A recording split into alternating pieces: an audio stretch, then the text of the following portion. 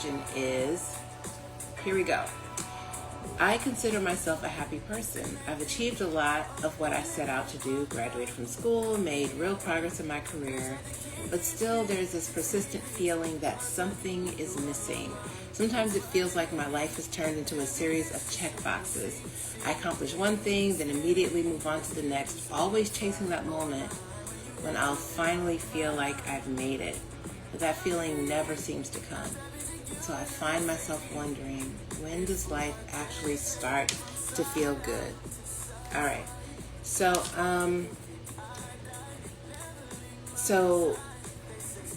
a lot of times, so I'm going to answer this actually from from two perspectives. The perspective of inquiry meditation, which is a pleasure practice. I call it a deep pleasure practice, but it is a pleasure practice. And then I will answer this question from the perspective of just more pleasure. And I am actually going to be teaching a course for women that will address this kind of thing that feels missing.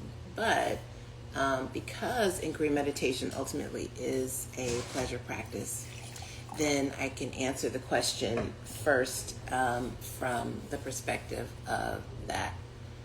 Hi, Chanzia Berry. I'm not sure how to say your name, but hi, and thanks for joining. And you can see the question that I'm answering if you want to pay attention to that.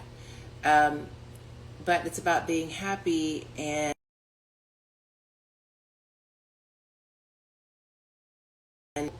as usual, I'm going to start with the actual. Let's break down the actual. Let's break down what the person says in their question. So I've achieved, right? But still, there's this persistent feeling that something is missing.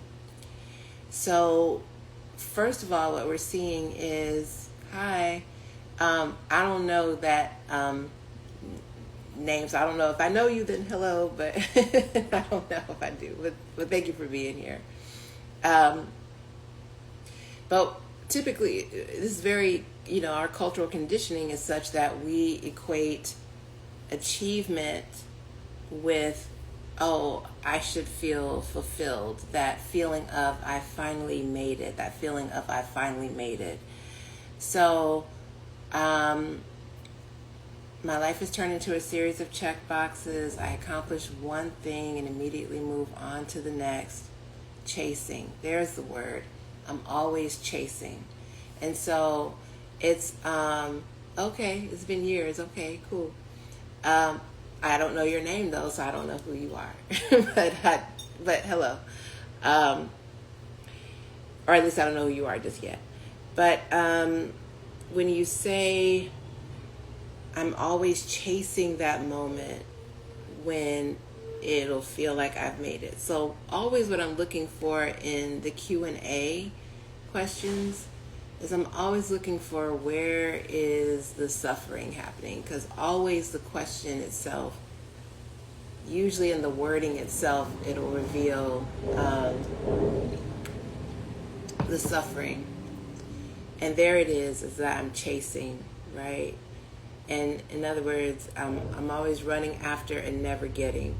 So from the perspective of inquiry meditation, and yeah, there it is, but that feeling never seems to come. There's the end of the question. That feeling never seems to come. That's the end of this of this question. When does it actually start to feel good, right?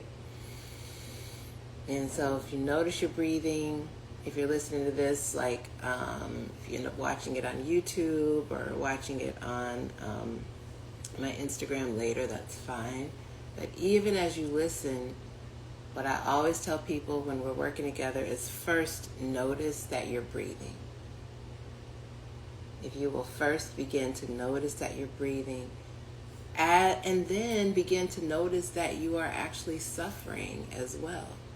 Just begin to notice that you're breathing, and then from here you can feel that this persistent feeling that something is missing, this feeling that you're chasing, and this feeling that it never seems to come, and also that when does life start to feel good? Notice the suffering in all of that. If we begin with noticing that, yes, I actually am indeed suffering, right? Because we when we have like a problem that we're solving, we don't necessarily see that as suffering itself.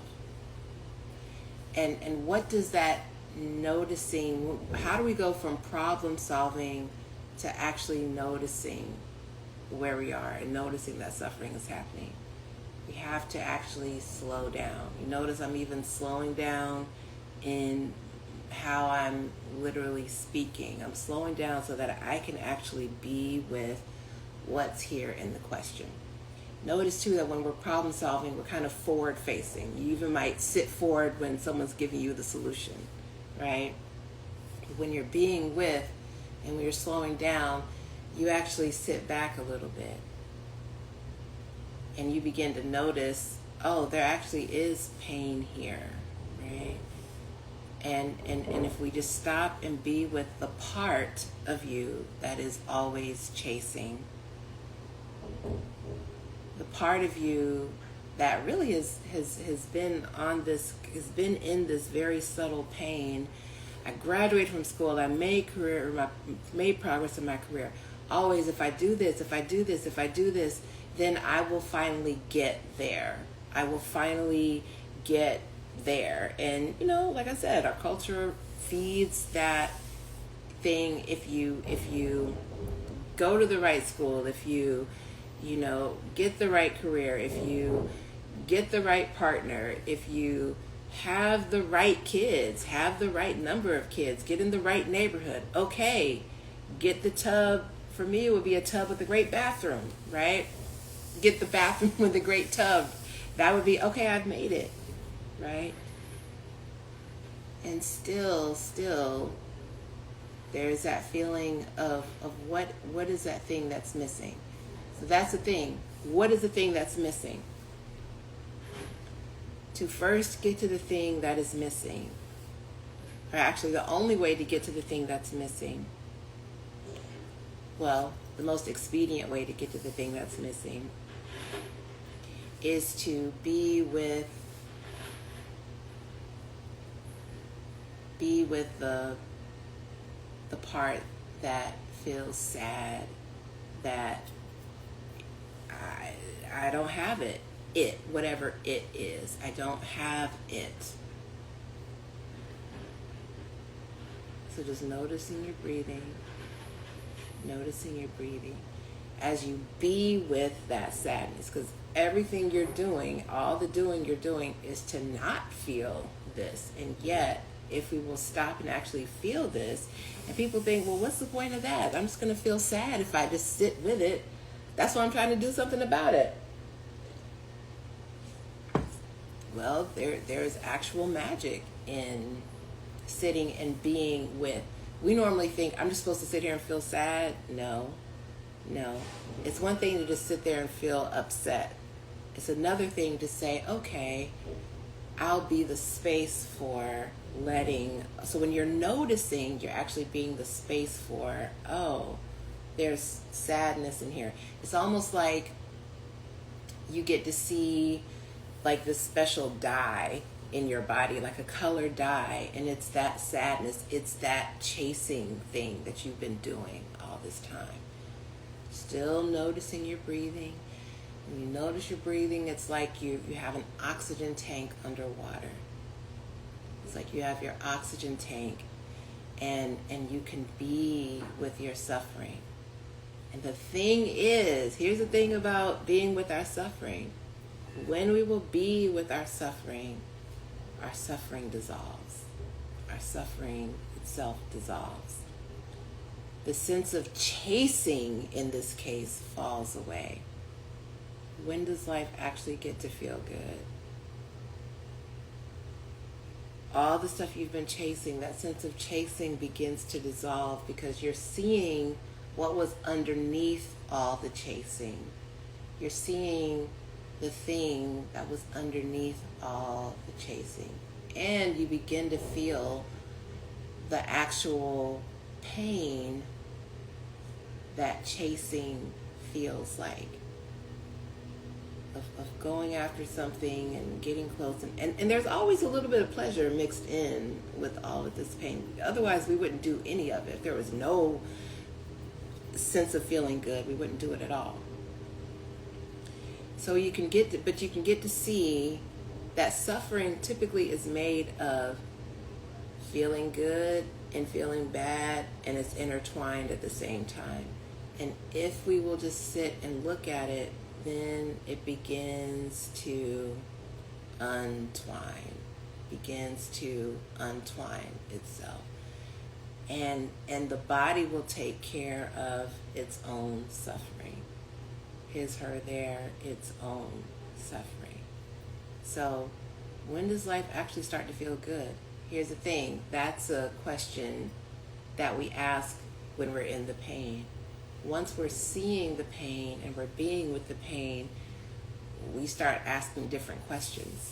This kind of question falls away when we're actually with the suffering, not where we're trapped in it, right?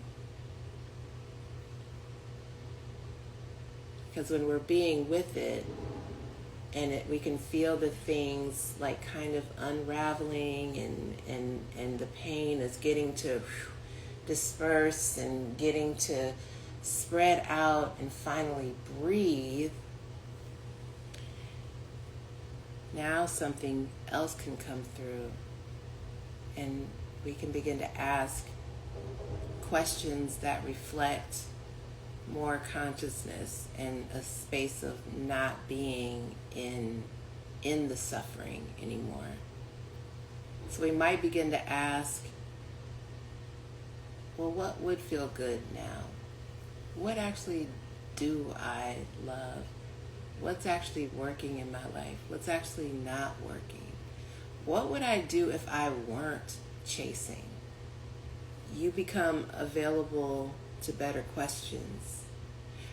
In other words, better questions can begin to come through because you are able to hold better questions.